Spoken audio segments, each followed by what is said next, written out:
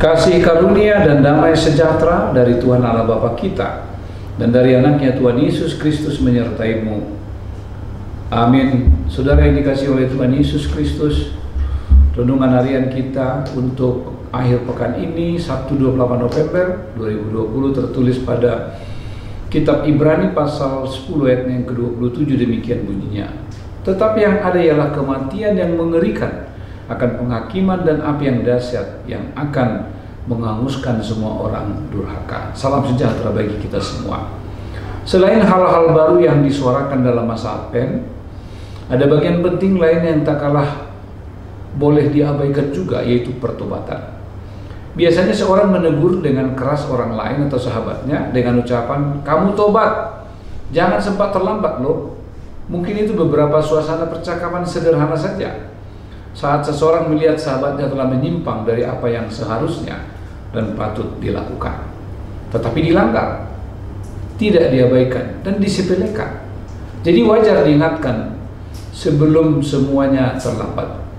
Saat seorang sahabat mengingatkan temannya untuk masuk kelas, setelah berkali-kali diingatkan karena sering bolos dan dapat teguran keras dari pihak sekolah, sebelum waktunya terlambat, namun dia selalu ditertawakan. Ternyata apa yang ditakutkan akan terjadi, dikeluarkan atau dipecat dari sekolah, menjadi kenyataan. Nasi telah menjadi bubur. Dalam suatu pengalaman di SDT HKBP, saya khusus men-share ini sebagai alasan bagaimana pentingnya mendengar dan memperhatikan dengan baik-baik seperti nats firman hari ini. Ini terjadi belasan tahun lalu pada beberapa mahasiswa yang telah menjalani masa kuliah beberapa tahun. Sayangnya pada paruhan air menjelang tamat sarjana, beberapa mahasiswa satu kelas ini terlalu asik bermain di luar, lalu mulai abai dengan pelajaran perkuliahan, serta jumlah absensi yang melebihi batas yang disyaratkan. Berkali-kali diingatkan sahabat, bahkan acap meninggalkan pertengkaran kecil, tetap tak berpengaruh terhadap sikap mereka. Mereka acuh dan asik dengan dunia bermainnya. Akhirnya apa yang ditakutkan itu terjadi. Karena tak memenuhi syarat untuk mengikuti penyelesaian studi mereka, pihak kampus memutuskan untuk mengeluarkan mereka sebagai mahasiswa. Para orang tua mencoba untuk bernegosiasi dan melakukan pendekatan dengan segala risiko yang siap mereka penuhi untuk memberi kesempatan terakhir kepada anak-anak mereka yang diberhentikan. Namun pihak kampus ternyata sudah memutuskan dengan bulat dan tak dapat lagi mengubah keputusan senat dosen.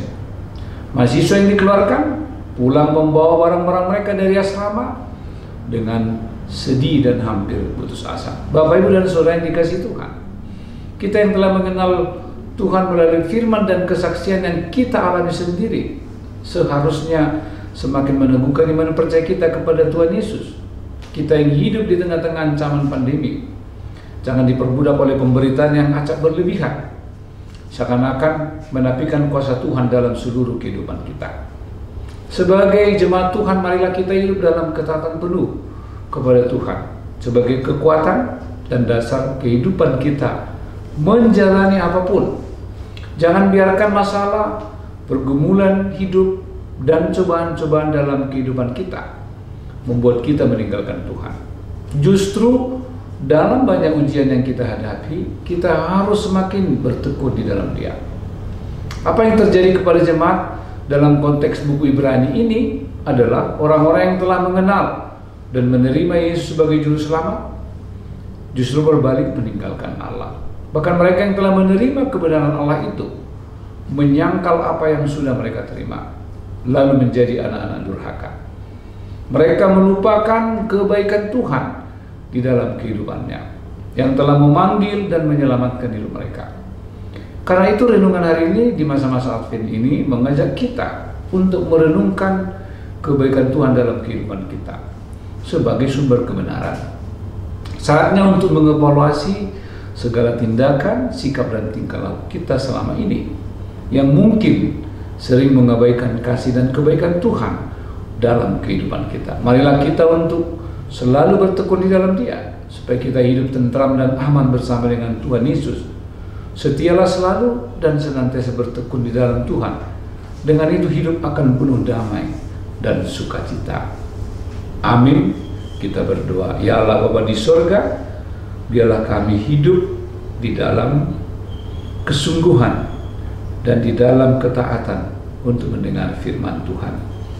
Itulah sumber kekuatan yang selalu memandu kami, mengajar kami supaya hidup berhikmat, hidup bijaksana di tengah-tengah kehidupan sehari-hari yang mungkin dipenuhi dengan segala tantangan, segala ancaman dan berbahaya.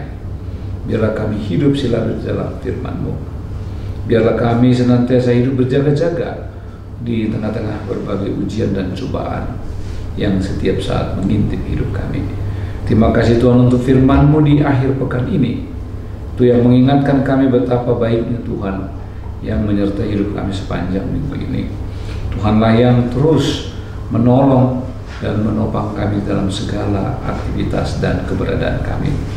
Tuhanlah yang mempersiapkan hati kami menyambut persekutuan dengan Tuhan esok hari dalam kebaktian bersama dengan seluruh jemaat, mendengar firman dan menerima berkat yang daripada-Mu.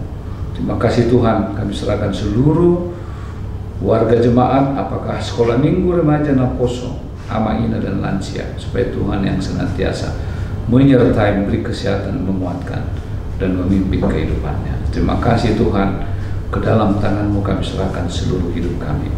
Dalam Kristus Yesus kami berdoa dan bersyukur. Amin.